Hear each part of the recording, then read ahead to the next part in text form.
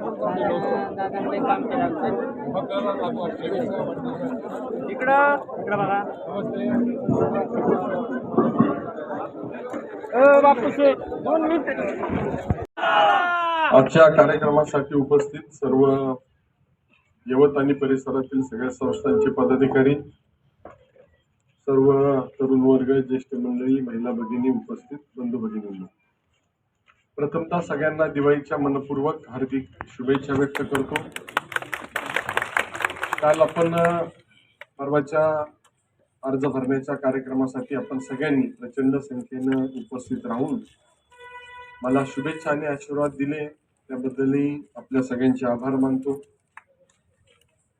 Form भरण्याची सभा ही नक्की फॉर्म भरण्याची सभा आहे की विजयाची सभा आहे हे वाटणे इतपत अतिशय उत्साहाचं वातावरण संपूर्ण शहरामध्ये होतं. आणि आपण सगळ्यांनी फॉर्म भरला आणि त्यानंतर बऱ्याचशा ज्येष्ठ सहकाऱ्यांनी सांगितलं की 1990 साली जसं चित्र होतं तसं चित्र या निवडणुकीच्या निमित्तानं पुन्हा एकदा उभं राहताना तालुका पाहतोय. आणि मला 10 वर्षानंतर 10 वर्षाचा कार्यकाल पूर्ण केल्यानंतर आपल्या समोर येताना आनंद आहे. या भागातील खूप मोठी कामं मार्गी लावत असताना छोट्या छोट्या विषयांचं सुद्धा काम मार्गी लावण्यासंदर्भातली भूमिका मला पार पाडता आली. मागच्या 2.5 वर्षाचा जर अहवाल आपल्या समोर मांडण्याचा प्रयत्न केला तर जवळपास 55 कोटी रुपयाची कामं या परिसरामध्ये होत आहेत. आणि ही कामं होत असताना पहिल्या 2.5 वर्षामध्ये मी विधानसभेचा विरोधी पक्षातील सदस्य होतो. 2.5 वर्षच मला काम करता आलं आणि ही कामं करत असताना दौंड प्रांत कार्यालय, दौंड जिल्हा न्यायालय सारखे विषय आपण मार्गी लावू शकलो. आणि त्या माध्यमातून हे विषय मार्गी लावत असताना खडकवासला टनेल सारखा जवळपास 2200 कोटी रुपयाचा विषय बरेच वर्ष शासनाच्या विचाराधीन होता. आपण सभागृहामध्ये मागणी केली, वारंवार पाठपुरावा केला आणि त्या माध्यमातून आपण तोही प्रकल्प मार्गी लावला. त्याला निधीची तरतूद झाली, टेंडर निघालं, वर्क ऑर्डर झाली आणि खडकवासला धरणापासून फुरसुंगीपर्यंतचा संपूर्ण कालवा भूमिगत होईल. आणि या टनेलच्या माध्यमातून आपल्याला जवळपास प्राथमिक अंदाज 3 TMCचा आहे, परंतु त्यापेक्षा जास्त पाणी आपल्याला वाढून मिळेल. आणि बेबी कॅनलच्या माध्यमातून आपण जवळपास 250 कोटी रुपयाचं काम अतिशय गतीनं पूर्ण करतोय. बेबी कॅनलचं काम पुढच्या डिसेंबर-जानेवारीपर्यंत पूर्ण करण्याचा आमचा प्रयत्न आहे. आणि त्यानंतर हे 2200 कोटीचं टनेलचं काम पुढच्या 3 वर्षामध्ये पूर्ण करण्याचा आपला मनोदय आहे. दोन्ही प्रकल्प पूर्ण झाल्यानंतर मेन कॅनलला जर आपण हिशोब केला तर मेन कॅनलला 80 दिवस पुरेल एवढं वाढीव पाणी या 2 प्रकल्पाच्या माध्यमातून आपल्याला उपलब्ध होईल. आणि सगळं शेतीचं अर्थकारण बदलण्यामध्ये आपली भूमिका बजावताना या पंचवार्षिकमध्ये ही दोन्ही कामं मार्गी लावू शकलो याचा मला निश्चितपणे आनंद आहे. पुढचा टप्पा राहिलेला आहे, जानाई शिरसाईचा आणि कुप्पेवाडीचा, तोही आपण हाती घेतलेला आहे. ते काम आपण शेवटच्या टप्प्यामध्ये मान्यतेचे आहे, ते काम मार्गी लावण्यासाठी मी प्रयत्नशील आहे. खूप पूर्वी 2014ला निवडून आल्यानंतर पहिल्यांदा मी मुळशी धरणाचं पाणी या भागामध्ये यावं अशा प्रकारचा विचार व्यक्त केला. मला त्यावेळी बऱ्याचशा लोकांनी सांगितलं की असं होऊ शकत, परंतु 5 वर्षामध्ये त्यांचं एकमत झालं की होऊ शकतं. त्याच्यामध्ये 2 समित्या झाल्या, दोन्ही समित्याचा मी सदस्य आहे. ते पाणी या भागामध्ये वळवण्याची प्रक्रिया अंतिम टप्प्यामध्ये आहे. लोकसभेच्या निवडणुकीच्या निमित्तानं 2019ला लोकसभेची निवडणूक लढण्यासंदर्भात जी नावं समोर आली त्यापैकी कोणीच निवडणूक लढवण्यासाठी तयार नव्हतं. आणि अशा स्थितीमध्ये मला निवडणूक लढवण्याचा पक्षाने ज्यावेळी आदेश दिला त्यावेळी मला स्वतःसाठी काहीतरी पद मागता आलं असतं, परंतु ते टाळून मी सांगितलं की माझ्या भागामध्ये मुळशी धरणाचं पाणी यावं अशासाठी आम्ही सातत्य ठेवून प्रयत्न करतोय. लोकसभेची निवडणूक लढवतो, परंतु तुम्ही मला मुळशी धरणाचं पाणी माझ्या मतदारसंघामध्ये वळवण्यासंदर्भातली मदत आपण करा. मी लोकसभेची निवडणूक लढवतो. तो शब्द घेतला आणि निवडणूक लढवली.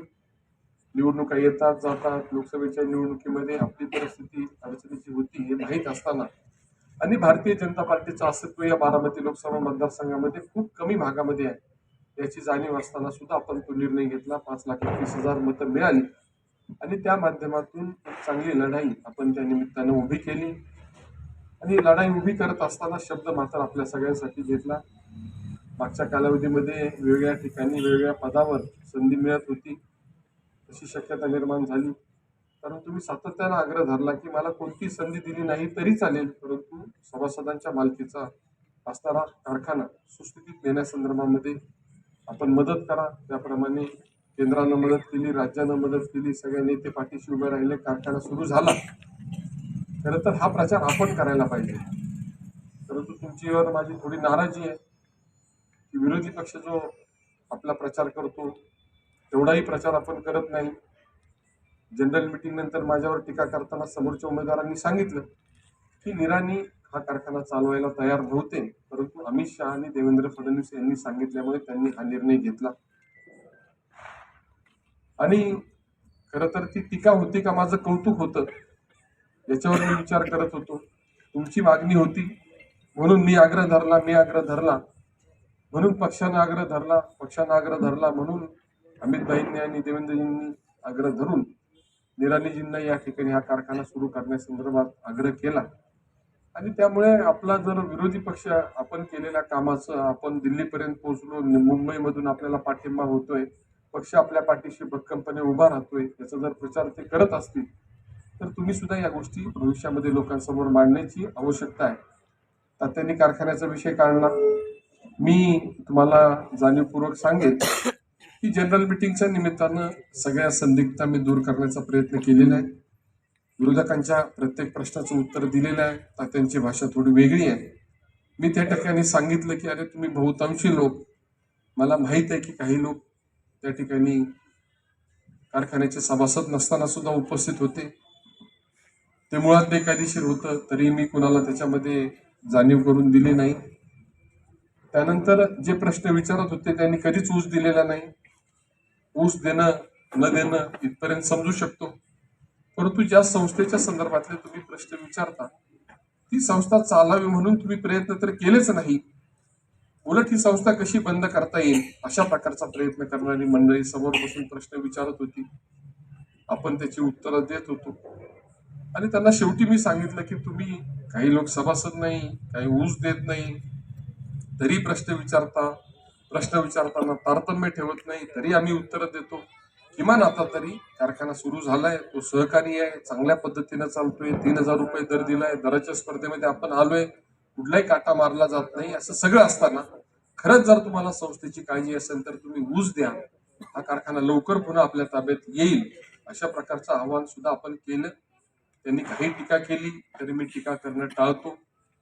एक सद्गृहस्थ महाराष्ट्रामध्ये आहेत, जे राष्ट्रीय नेते आहेत, त्यांचं नाव संजय राऊत, वारंवार माझ्यावर जवळपास 2-3 महिने टीका करत होते. पहिल्या दिवशी टीका झाली, मी सभागृहामध्ये गेलो, सगळ्यांना त्या सगळ्या प्रश्नाची उत्तरं दिली.